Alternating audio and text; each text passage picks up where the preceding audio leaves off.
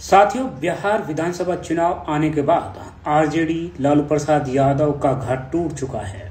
परिवार में भूचाल आ चुका है।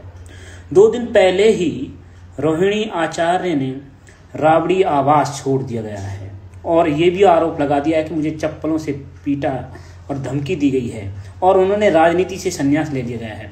उसके साथ साथ ही 3 बहनों ने भी राबड़ी आवास परिवार को छोड़ दिया गया है और वो जल्द ही दिल्ली के लिए रवाना होने वाले हैं। तो सोचिए, जहां पर आरजेडी के अब कितने बुरे दिन शुरू हो चुके हैं। जिनके सगे भाई और बहन एक नहीं हुए, वो जीवन में क्या बिहार की राजनीति को चमकाएंगे, क्या जनता का विकास करेंगे। वो जब से बुरी हार हुई है तब से अब लालू प्रसाद यादव का जो परिवार है वो पूरी तरह टूट रहा है।